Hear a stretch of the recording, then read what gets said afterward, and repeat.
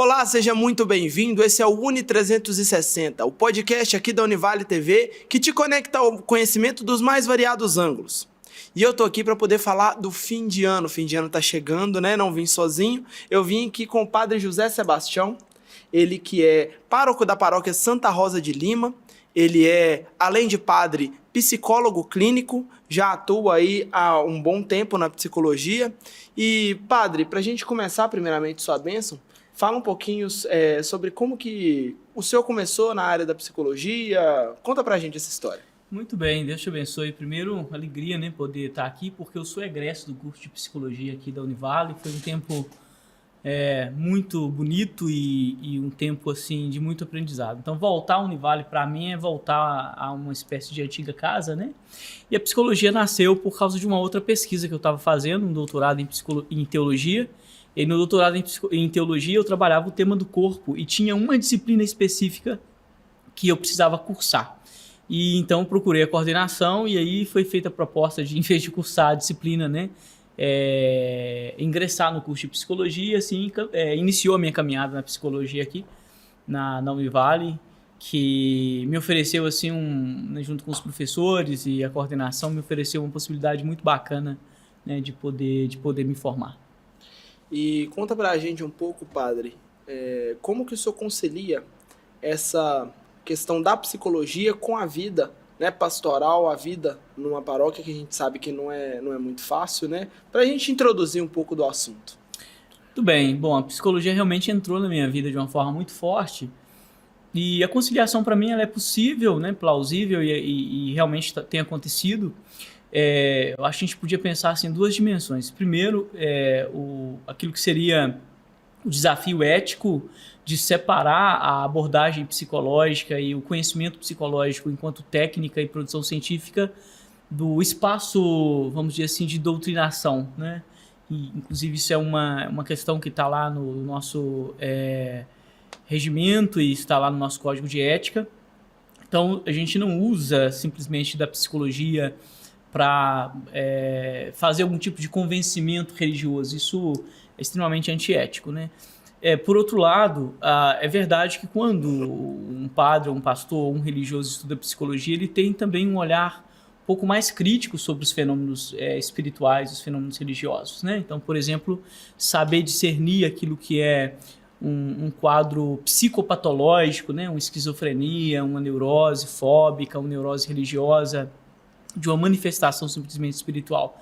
Então, eu penso que a psicologia, nesse sentido, agregou bastante, sabe? E eu sou muito feliz de poder conciliá-la com o meu trabalho pastoral. E do ponto de vista da pastoral, eu acho que a coisa mais importante é a psicologia nos ajuda a fazer uma escuta qualificada. Claro que o seminário nos forma para isso, né? O padre, quando ele termina os 9 anos de formação, que é uma formação bastante longa, né? A maioria das pessoas não sabe, mas nós fazemos 2 faculdades, né? E estágio pastoral. Nós estamos preparados para escutar, realmente, né? Eu acho que uma das vocações que, ou eu diria, né, no Ocidente, é a vocação por excelência da escuta. Mas a psicologia ajuda a aprimorar isso. Então, foi importante estudar psicologia. E qual que é a abordagem que o senhor escolheu para poder seguir na psicologia? Eu dialogo com todas as abordagens, mas a minha abordagem específica é uma abordagem pouco trabalhada no Brasil, que é a fenomenologia, né? A fenomenologia é uma abordagem psicológica baseada, por exemplo, na filosofia de Edmund Husserl. Tem toda uma retomada, né, de Husserl, de Sartre, de Heidegger, os existencialistas. Então essa é a abordagem que eu mais atuo, inclusive minha pesquisa, né? Mas agora a pesquisa atual, no doutorado que eu estou fazendo, está fazendo assim, uma ponte entre fenomenologia e psicanálise. Então a gente está flertando um pouquinho mais com a psicanálise. E o senhor falou uma coisa de fenomenologia, pegar um gancho, a gente tem 2 programas, um Questão de Direito e um de Pesquisa, com o professor Eduardo Marândola Júnior. Ele que é, né, um dos expoentes da fenomenologia na área da gestão integrada do território. Se você quiser, tá aí no YouTube os programas Questão de Direito e de Pesquisa. Enfim, voltando para o nosso assunto... estão se aproximando aí as festas de fim de ano. Conta um pouquinho pra gente o que significa a gente sabe, né, enquanto católico, o calendário católico começou o ano litúrgico agora, vem aí o Natal, o tempo do Natal. Nós estamos no período do Advento para esperar aí a chegada, né, de Jesus no Natal. Conta um pouquinho para a gente como isso interfere no comportamento das pessoas. É uma pergunta muito interessante, né? E também muito, eu acho que muito instigante. O primeiro é que, assim, é muito palpável, né? Assim, a gente pode ver isso com muita clareza, como que a aproximação das festas de fim de ano causa na gente uma espécie de euforia, né? Uma mistura de sentimentos entre o alívio de, por exemplo, fechar um semestre letivo, né? Com certeza. O alívio de entregar nota, no caso dos professores, né? E, ao mesmo tempo, uma espera que, para o religioso, está conectado, né, de forma muito específica com o nascimento de Jesus, e para aquele que não é religioso, é um tempo de comemoração, sabe? De revitalizar as forças, né? Eu acho que isso é muito importante porque, por mais que nós tenhamos aí as várias sensibilidades, né? E a gente precisa respeitar o Estado laico, que eu acho que é um ganho importantíssimo para a nossa democracia, mas, assim, não tem como negar aquilo que seriam as raízes cristãs do Ocidente, né? O Ocidente ele foi configurado, né, pelo cristianismo e pelos valores cristãos. Eu sempre brinco, né? Quando as pessoas ensinam história e falam, né, da Revolução Francesa como vamos falar assim, o ápice, né, da modernidade, igualdade, fraternidade, liberdade. Isso já estava, de alguma forma, lá no germe do cristianismo. Não tem nada de novo ali, né? Uhum. Então, é importante a gente perceber que este espírito cristão, né, de celebrar o Natal, de pensar o Natal como uma espécie de mistério, né, da divindade que vem até nós e que nos salva, que nos acolhe nela e que permita que nós o acolhamos em nós, isso de alguma forma se tornou uma espécie de atmosfera ocidental, né? Então, mesmo aqueles que não são cristãos, os que não são crentes, sentem este clima como um clima de revigoração, né? O revigoramento, perdão, né? Como uma possibilidade de retomar as coisas, de revisar a vida. Então, com certeza, nós estamos mais propícios a celebrações, né? Até as pessoas mais isoladas costumam sair um pouquinho mais, né? Então, é interessante, muda bastante o comportamento. O senhor falou uma coisa de mudança de comportamento que é muito interessante. Final de ano, geralmente, é momento da gente revisar aquelas metas de fim de ano. E como o senhor vê essa questão de metas né, para o ano que vai vir? Como que o senhor vê isso na questão da psicologia? Isso influencia realmente? Eles vão... É possível cumprir essas metas? Aí tem dois campos, né, que eu acho que é bom a gente discernir. O primeiro, o campo daquilo que seria a necessidade que nós temos de programar a nossa vida, e, por outro lado, o campo da superstição, né? Porque tem muitas pessoas que talvez pelo empolgamento ou uma mistura de crenças aí, a gente não faz esse julgamento de valor, mas existe, a gente pode acabar abraçando essa questão das metas a partir de um âmbito da superstição, né? Olha, se eu fizer isso aqui vai dar certo lá, então eu tenho que usar tal cor para ganhar dinheiro, tal cor para pular 7 ondas, tal cor para ser melhor na vida amorosa, né? Então eu penso que seria muito importante separar aquilo que é plausível e possível dentro das suas condições financeiras, por exemplo, né? Dentro das suas condições afetivas, daquilo que poderia ser uma crendice, né? A gente fala da crendice aqui com um certo respeito, porque nós temos que respeitar as pessoas que também vivem da superstição, né? Sim, mas é fato que a superstição também pode ser disfuncional, porque você pode se propor muitas coisas a partir de uma superstição e elas não se realizam, né? Porque você deliberou para uma força misteriosa aquilo que cabia a você, né? Com toda certeza, padre. Isso é fato. A gente, às vezes, faz muitas metas, né, planeja algumas coisas baseadas em superstições que acabam que não vão se cumprir porque, né, ou às vezes a gente faz uma coisa muito impossível né, muito impossível não existe, mas é uma coisa impossível de né, acabar acontecendo por algo.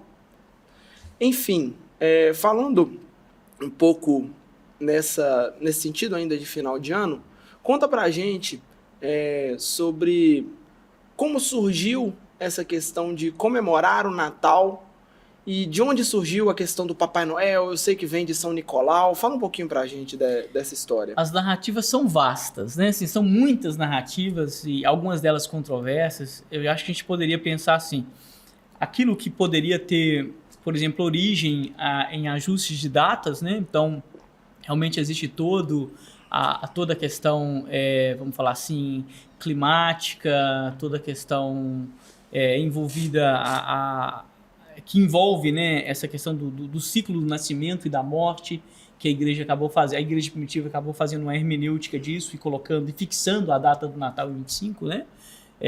Então, por uma questão de assimilação de festas pagãs, tudo isso, né, a partir de um olhar mais voltado para a história e para a historiografia crítica, é verdade, né? A gente não pode negar isso, né? Mas por detrás disso, eu acho que é muito importante a gente resgatar, e aí eu peço licença para as pessoas que nos assistem para fazer esse recorte teológico, porque eu sou teólogo, né? Sim. Então, fazer esse recorte teológico, que é por detrás de tudo isso, de todas essas narrativas que nós temos sobre o Papai Noel, sobre como que a igreja aproveitou a data lá do solstício para fixar a data do dia 25 de dezembro e tal, mas olhar aquilo que para nós é o fenômeno primordial, que é a afirmação, a partir da fé cristã, de que Deus se encarna no menino pobre. Né? Penso que o mistério do Natal, para nós ocidentais, ele é esvaziado quando nós perdemos essa perspectiva teológica. Né? A perspectiva teológica que movimenta o mistério do Natal tem a ver com, eu digo, né, filosoficamente falando, com o absurdo. Então me entendam quando eu falo do absurdo, ou seja, filosoficamente falando, é um absurdo que Deus se faça homem, né? Ou seja, é uma coisa que não cabe na nossa cabeça. Por isso que é um mistério, né? Porque é do ponto de vista lógico e filosófico não é algo plausível, nem palpável, nem provável, possível, né? Vamos dizer assim. Então, este é um mistério que eu penso que está no centro, né? Então, a gente pode pensar as narrativas do Papai Noel. Eu sempre falo com as pessoas, parem de brigar com a árvore de Natal e com o Papai Noel, porque tem católicos, né? E irmãos da tradição protestante que às vezes ficam brigando com o Papai Noel ou com a árvore, né? Sim, sim. Não, é claro que para o católico o importante é o presépio, né? Este é o principal símbolo do Natal para nós, mas a gente não tem que ficar brigando com esses símbolos que nós achamos que são pagãos ou não. A gente precisa recuperar a partir desses símbolos aquilo que é a intencionalidade primordial do Natal para nós, né?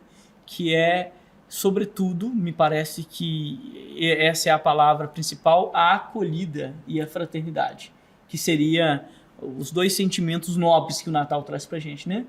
Lembra de uma passagem, a gente lembra daquela passagem, né? Das Sagradas Escrituras, que Maria e José, então, vão para um curralzinho para ter o menino Jesus, porque não havia lugar para eles na hospedaria. Pergunta que a gente poderia fazer é se existe lugar para o sagrado ainda na nossa vida, né? A gente expulsou tanto o sagrado da nossa vida, né? Nos tornamos tão materialistas, expulsamos valores importantes como a esperança, como a fraternidade.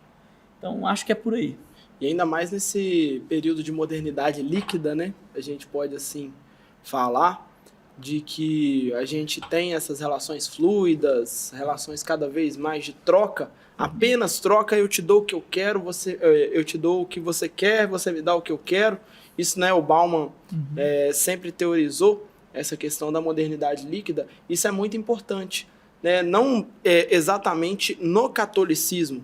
Né? A gente pede licença aos que estão assistindo para poder falar, não é só ao catolicismo, né? Tem as tradições de fim de ano protestantes, tem as tradições de fim de ano das diversas religiões, das matrizes africanas, né? Importantes também, que estão aí, que têm que ser respeitadas. Exatamente.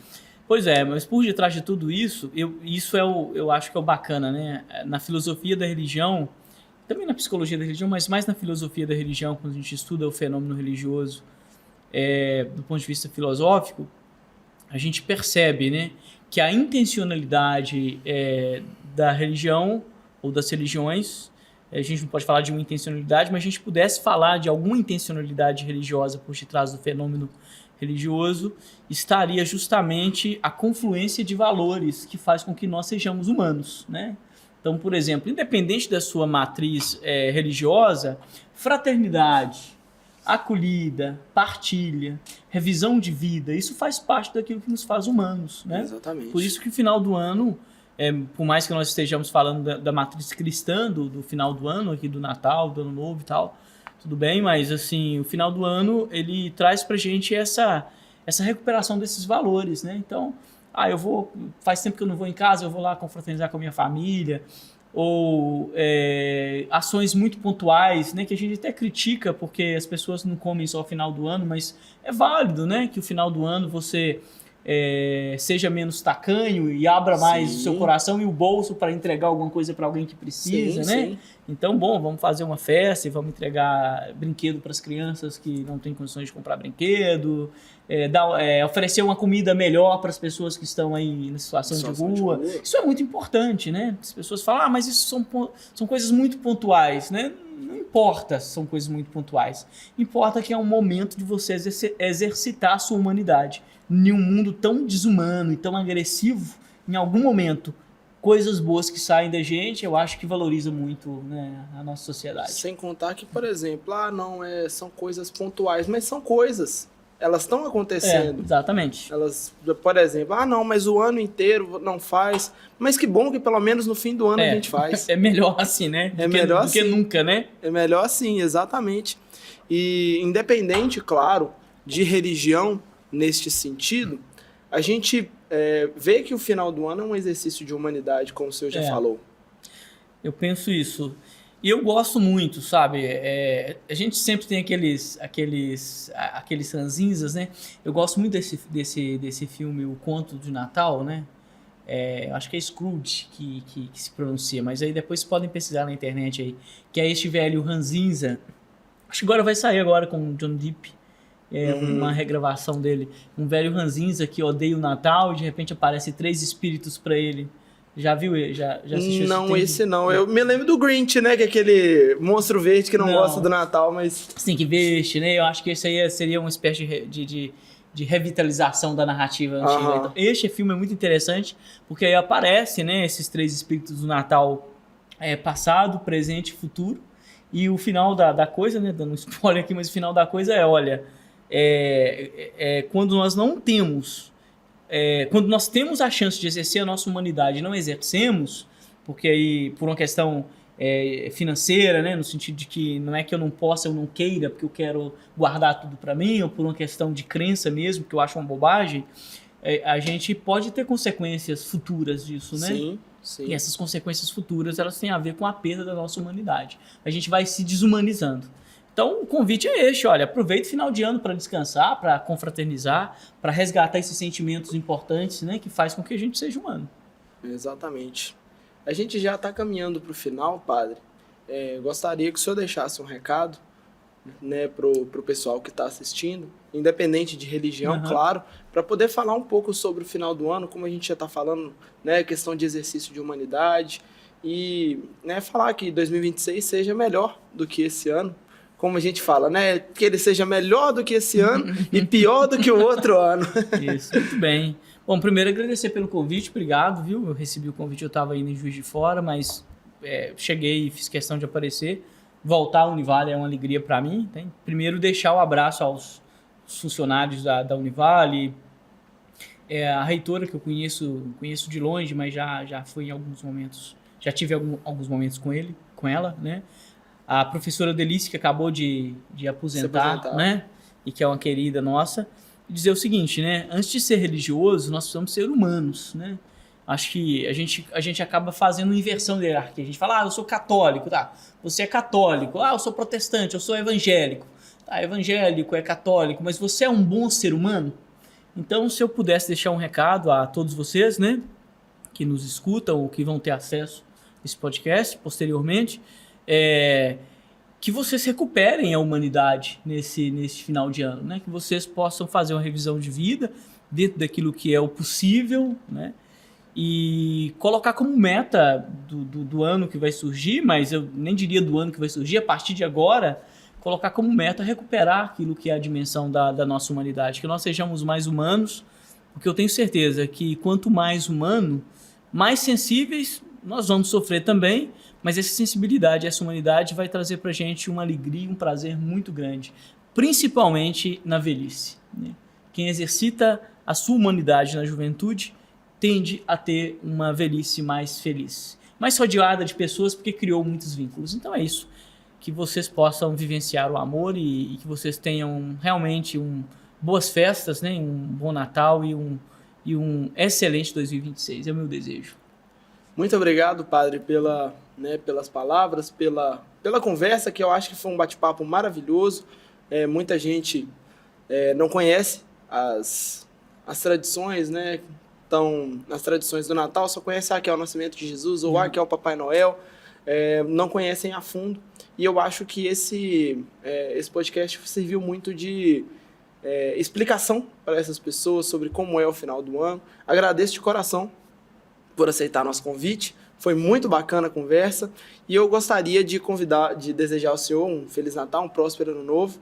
E desejar a todos vocês que acompanham a gente e que acompanharam a gente aqui nesse final de ano, neste ano de 2025, que 2026 seja ainda melhor do que este ano. Agradecer a companhia, o carinho da audiência de todos vocês que estiveram conosco. E é isso. Univale TV, a TV que te conecta ao conhecimento.